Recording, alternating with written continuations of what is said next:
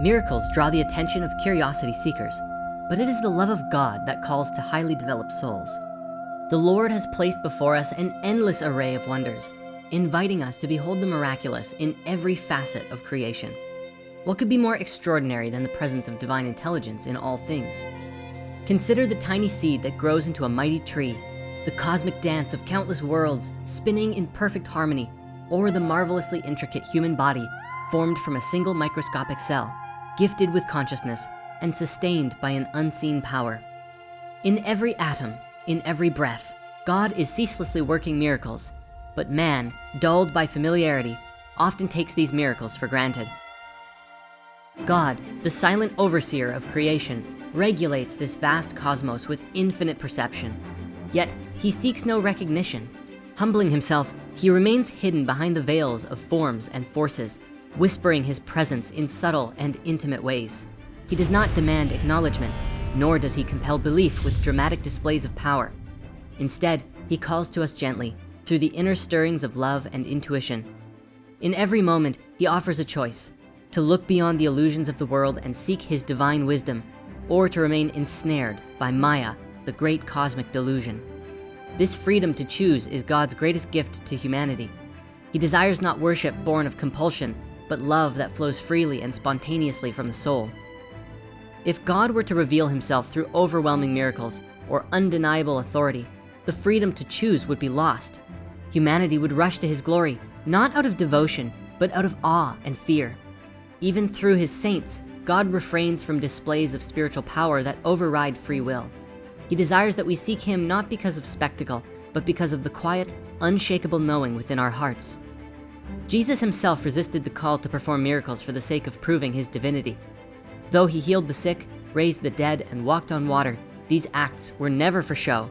They were expressions of divine purpose, performed under the will of the Father and for those whose hearts were ready to receive their deeper meaning. Even when faced with demands for signs and wonders, Jesus often declined, knowing that true faith does not depend on external proof. To Thomas, he said, "Because you have seen me, you have believed. Blessed are those who have not seen and yet have believed." Faith born of spiritual understanding, rather than the senses, is the foundation of true devotion. When Jesus turned water into wine, it was not to endorse intoxication or social merriment, but to demonstrate a profound truth. All matter, at its core, is an expression of divine intelligence. To Jesus, water and wine were not separate entities. They were different vibrations of the same underlying energy. He understood that every element of creation, whether water, wine, or human consciousness, is governed by the same divine principles. By his oneness with that divine intelligence, Jesus could alter the atomic structure of water, transforming it into wine with the power of thought. Modern science provides glimpses into this truth. Physicists tell us that all matter is composed of subatomic particles, electrons, protons, neutrons, arranged in infinite configurations.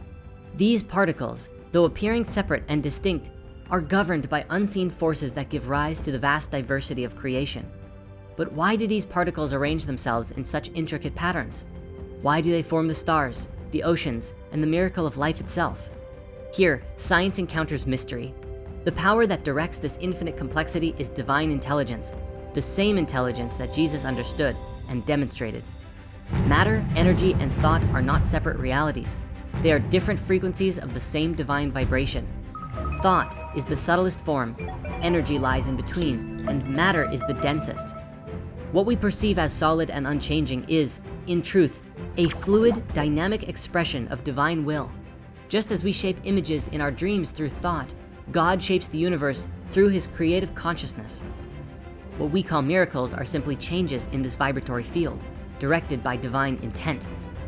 Yet humanity, bound by the illusion of Maya, perceives only the surface of creation. Maya hypnotizes us, making us believe that water is fluid, stone is solid, and fire is heat. But these forms are not fixed. They are temporary expressions of vibrating energy. Like waves on the ocean, all matter rises and falls, appearing and dissolving back into its source. The wave may disappear, but the ocean remains. Similarly, the forms of matter change, but the divine intelligence behind them is eternal. For most, this truth remains hidden. Bound by finite consciousness, we see the glass as a glass, the stone as a stone, unaware that these are merely vibrations of thought, crystallized into form. But through spiritual practice, we can awaken to a higher state where the illusions of matter dissolve. We begin to see that all things are interconnected, flowing from the same divine source. In this state, the finite becomes infinite and the boundaries between self and creation fade away. This was the consciousness Jesus lived in, beyond the illusions of matter, awake to the infinite reality of divine intelligence. For him, transforming water into wine or feeding thousands with a few loaves was not a miracle, but the natural result of his unity with God. He saw creation as it truly is, not rigid and fixed, but fluid, dynamic, and responsive to divine will. The law of cause and effect that governs the material world is but a shadow of the higher laws of divine creation. Scientists can trace the formation of matter to subatomic particles, but beyond that, their understanding falters. They cannot explain why these particles come together in such intricate and purposeful ways. Here, science meets spirituality.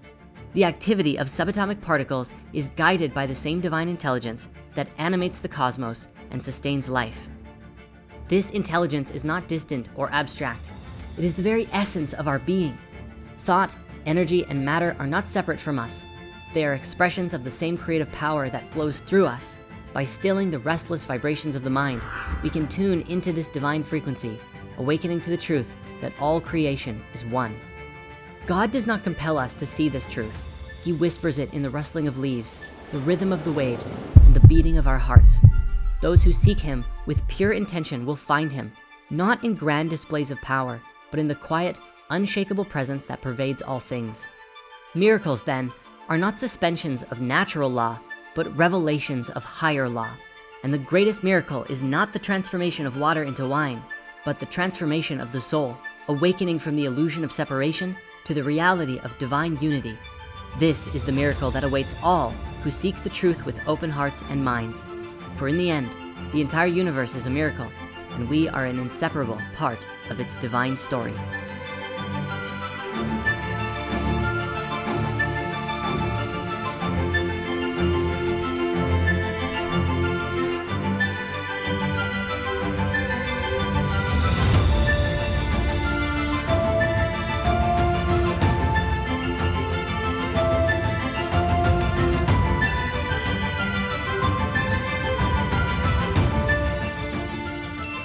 Thank you again so much for watching.